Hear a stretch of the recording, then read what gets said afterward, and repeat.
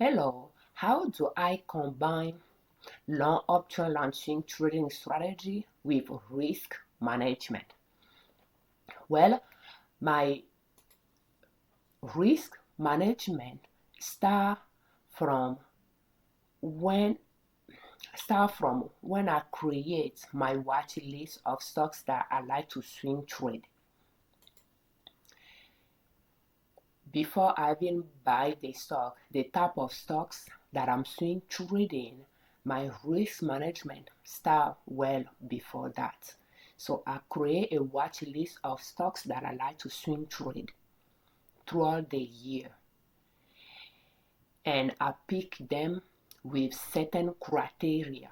So my risk management start well around that time when I pick those stocks, filtering them a specific type of market capitalization, and in this example, large cap stocks, and not just all of them, but the one that have growth in them. So growth, large cap stocks that have been around for few decades already, that show that they went through multiple recession and at least more than one and survive it.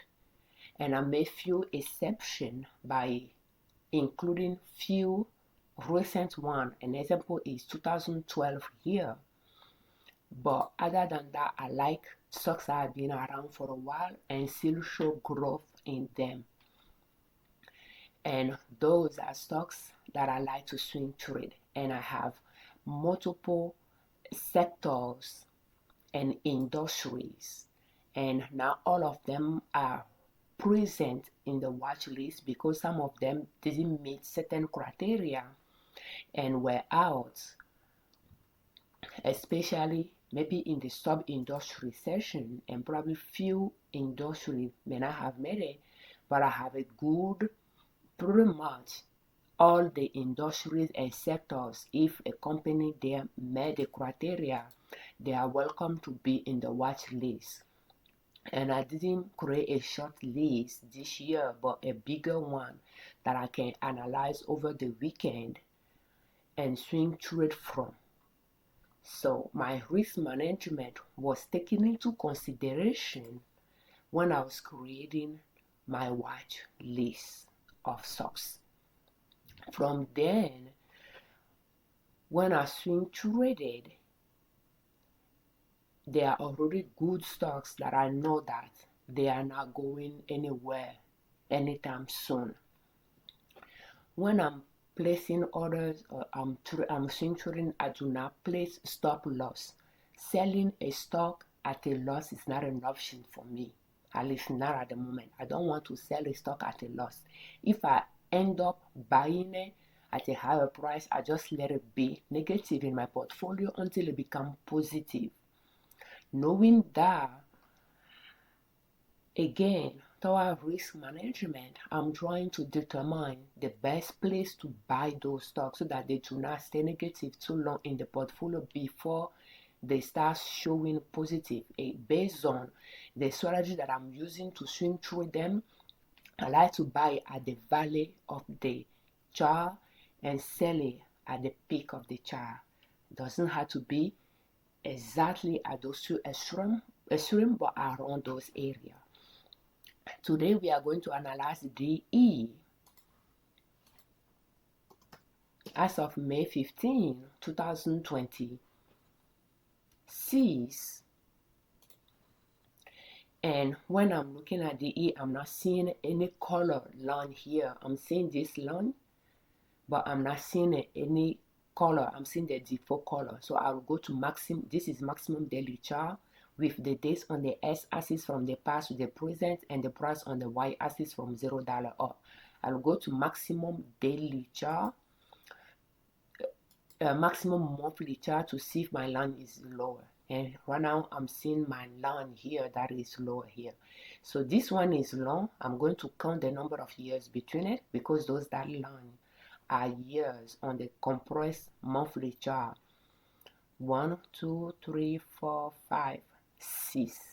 So this line is 6 years. So that is going to be a good line to rely on.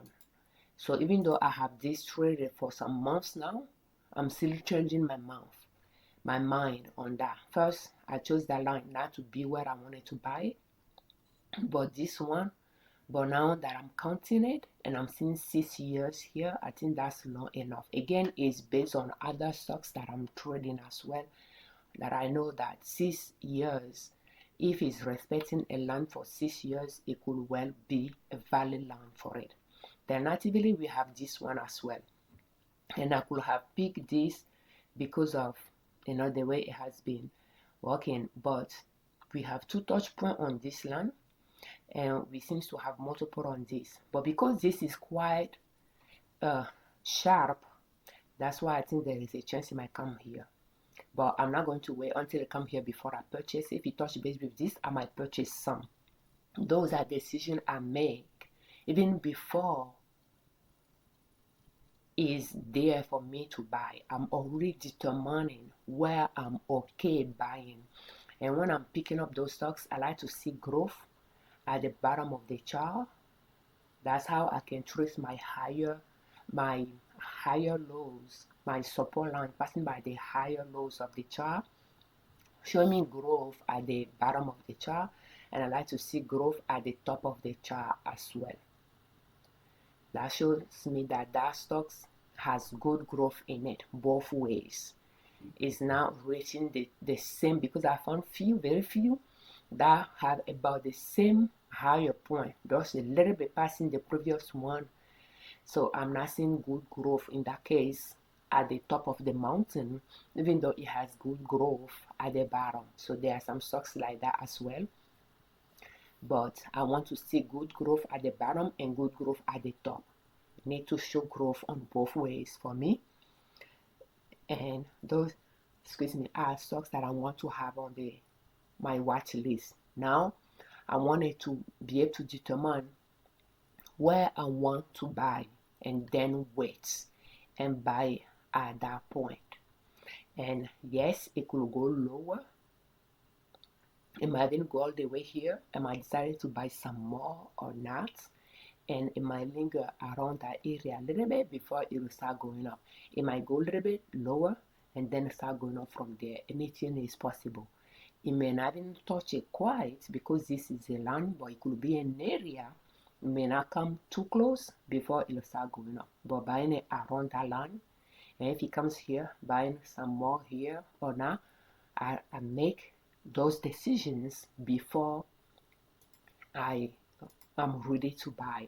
So when I'm looking at DE, it reached all-time highest price. Again, toward my risk management, I use maximum trial, whether it's monthly or daily or both. Maximum. That way I can see multiple years in front of me. Second, I can see all-time highest price as well. And those all-time highest price, I like to see that among the recent few years.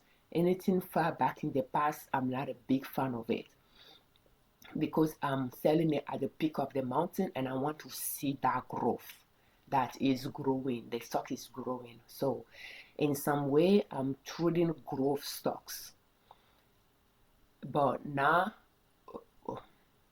very young stocks that don't have histories. So that's why I like, I have that year on the watch list as well. But I want to see good growth. Therefore, I like that all-time highest price to be within a few years from the present. That way, I know that I can rely on it. When I buy it, selling it won't be, I won't have to wait multiple years before I can sell it. So it reached all-time highest price this year, and the price is somewhere here. It's coming from the mountain. Whether it's going here or it's going to rest a little bit and move back up, I don't know. But I just know that I want to buy it here. So therefore, I won't do anything. I'll just wait and observe it. So that is how I do my chart analysis, and that is how I manage risk. I know I'm not going to sell it at a loss. Therefore, I do not put stop loss. And for that reason, I'm careful when it comes to stocks that are swing trade, and how I swing trade it as well. And yeah, another things that I implement when it comes to risk management is the amount of money I'm using to buy the stock. I tried different dollar amount over the years, and 2,500 maybe in 2024, in 2025 I try 5,000, and then I try 10,000 per trade. And very quickly I noticed that 10,000 was too much, because I quickly ran out of money in the account to buy stocks as they said. And because the stocks that I purchased has to reach a certain level before I sell it. So when I freeze all the money in stocks, then I cannot buy more. So this year I'm trying $1,000 per trade, or a little bit less than that. And I noticed that when I'm going through our portfolio and I'm seeing profits that are less than 500, I don't pay attention to them much. I would say the stocks is now, maybe it's now well positioned for me to even start thinking about selling it. But then I had to remind myself that chances that I purchase a small number of shares, so it might be worth taking a look at it and paying attention to my own behavior. I noticed that when I have a profit of 500, I pay attention to that stocks to see if I need to analyze it, to see if it's somewhere I can sell it. And if I have a profit for $1,000, I post on those stocks. So that makes me think, well, I should include how much I'm using to purchase per trade, because $1,000 seems to be where I start thinking, should I sell these stocks or not, but not before. So $1,000 per trade, I think could be low. I could try $2,000 to see how I feel about that. But those are things you just have to try to see the spot that you comfortable with. First, to go with 1,000 this year, I use the amount in the account, the value of the account divided by the number of stocks that I have on my portfolio, that I have on my watch list, and see if I had to buy all those stocks at once, how much I will allocate per stocks. And that's how I come with that $1,000. But I know that I want all the stocks are not going to be positioned. The one that colored, the sell is colored, are the one that we already purchased, are in the portfolio. We have not sold it yet. The one that are not colored, clearly they are the one that we have not purchased it yet. So chances are we are not going to purchase all those stocks at once. So therefore, yes, dividing the value of the account by the number of stocks you have is the conservative way to go about it. Allocating a small dollar amount per trade, that's again a risk management there, so that you do not spend all your money on one stocks. If that stocks turn out to be not a good one that works with the strategy you are using to trade it. And multiple stocks on the watch list, I never traded them before, even though they have been on my master list for some years now. I pull a small number of stocks from that watch list to trade from every year, and this year I went with pretty much the good one from the list, and that increased the number of stocks that I'm trading this year.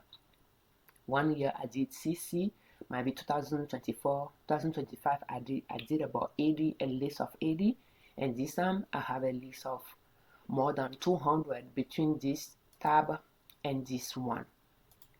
So, and that's why I prefer to analyze it over the weekend.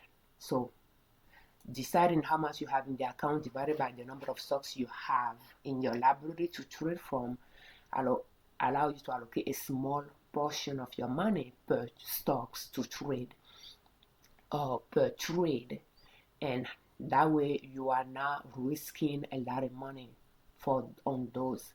And over time, as you keep saving money and adding it to your account, you can buy more shares. And again, you are reinvesting the profit from your sales. You are growing your account. You can buy more, but then you pay attention to your own reaction when you are looking at your portfolio as well, and you can go from there. So, but again, it is, you try until you find the amount per trade that you are comfortable spending, you know. Yeah. And but I'm still working on mine. So those are different things that I'm doing, and I know that finding where to buy is something I need to work on, and where to sell it is something I need to work on as well. Because again, I'm not trying to sell it as to buy exactly at the lowest price and sell it exactly at the highest price, but close enough from both extremes. So thank you so much for your time. What do you do when it comes to risk management and the way you swing trade? Thank you very much for watching our videos. Thank you for all your comments. We thank you very much for subscribing to our channel. I'm Afiavi, Liberman, creator of Liberman Consulting, L.L.C, YouTube channel, and ninasub.com, our blog. On our channel and on our blog, we share different ways to save money and different ways to make money to reach your financial independence. And swing trading is one way you can create a stream of income on your journey toward your financial independence. And that is our goal. And I swing trade in my husband and I joint account, and what I'm learning, why it's working for me, why it's not working, I like to share it here with you. And as a disclaimer, I'm not a financial advisor.